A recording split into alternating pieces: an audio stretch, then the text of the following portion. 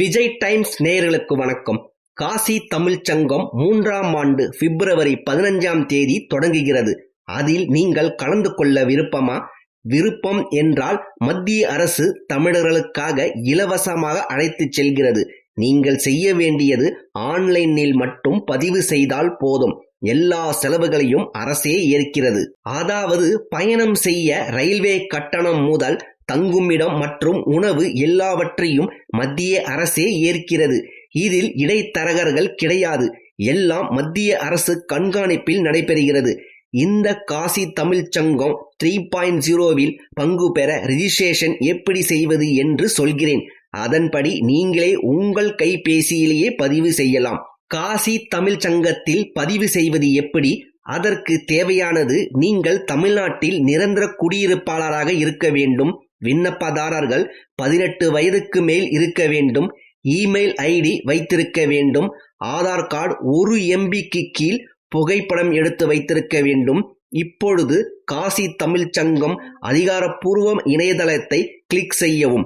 இந்த இணையதளத்தை கிளிக் செய்தவுடன் இந்த மாதிரி ஓபன் ஆகும். நான் மார்க் செய்த இடத்தை மீண்டும் கிளிக் செய்யவும். இந்த பேஜ் ஓபன் ஆகும். அதில் ரிஜிஸ்ட்ரேஷன் பதிவு என்று இடத்தை கிளிக் செய்யவும். அதன் பிறகு மேல் பக்கமாக நகர்த்தினால் டிராவல் கேட்டகரி பயண வகை என்று இருக்கும். அதில் நீங்கள் மாணவராக இருந்தால் அதை தேர்வு செய்யவும், இல்லது ஆசிரியர் இல்லது எழுத்தாளர் ஏதாவது ஒன்றை தேர்வு செய்யவும். இதில் எதுவுமே இல்லை என்றால் விவசாயிகள் மற்றும் கைத்தொழில் கலைஞர்கள், விஸ்வகர்மா வகைகள் இதில் ஏதாவது இருக்கிறீர்களா என்று நீங்கள் தேர்வு செய்துங்கள். அதன் பிறகு தொழிலாளர்கள் மற்றும் சிறு தொழில் முனைவோர் இந்த கேட்டகரியான்னு பார்த்துக்குங்கள். அடுத்தது உமன், பெண்கள், சுய உதவிக்குழு, முத்ரா கடன் பயனாளிகள், தகவு பிரச்சாரர்கள் இதில் ஏதாவது இருக்கிறீர்களா என்று பார்த்து கொள்ளுங்கள். அடுத்தது தொடக்கம், புதுமை, கல்வி, தொழில்நுட்பம், ஆராய்ச்சி இதில் ஏதாவது ஒன்று இருக்கிறீர்களா என்று பார்த்து கொள்ளுங்கள்.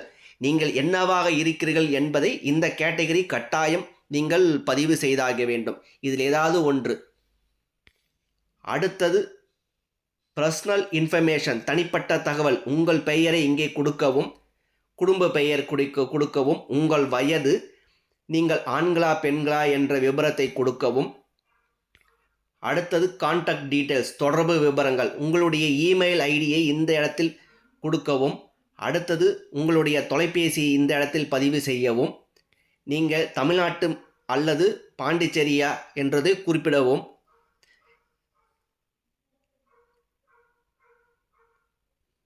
தமிழ்நாடு என்று கொடுத்து கொள்ளுங்கள்.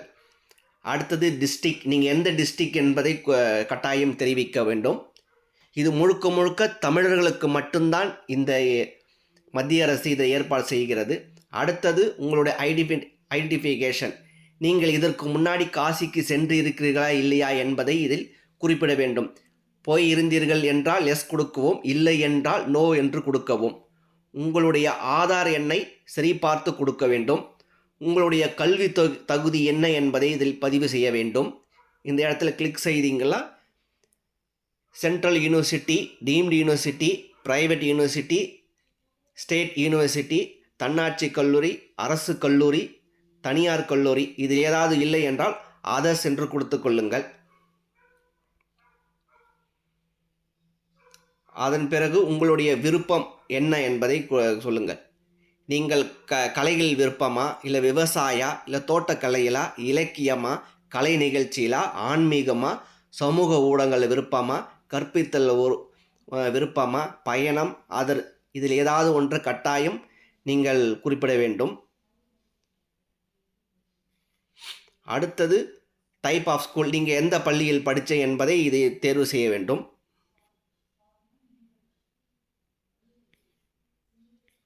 உங்களுடைய தொழிலை இதில் நீங்கள் பதிவு செய்ய வேண்டும். நீங்கள் என்ன தொழில் செய்கிறீங்களோ அந்த இதில் கொடுக்க வேண்டும்.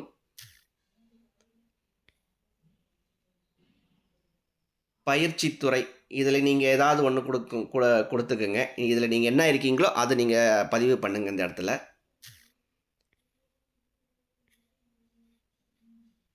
அப்புறம் உங்களுடைய தொழில், நீங்கள் என்ன வியாபாரம் பண்ணுறீங்கன்னா அதில் கொடுத்துருக்கீங்க. கொடுத்துருக்கிற இடத்துல ஏதாவது ஒன்றுத்தை நீங்கள் ஃபில் பண்ணி தான் ஆகணும். ஏதாவது ஒன்று நீங்கள் பதிவு பண்ணிவிடுங்க. எந்த இடத்துல நீங்கள் வணிகம் செய்கிறீங்கன்றதையும் இது பண்ணிவிடுங்க. நான் வணிகம் செய்கிறேன்றீங்கிறத பண்ணிவிடுங்க.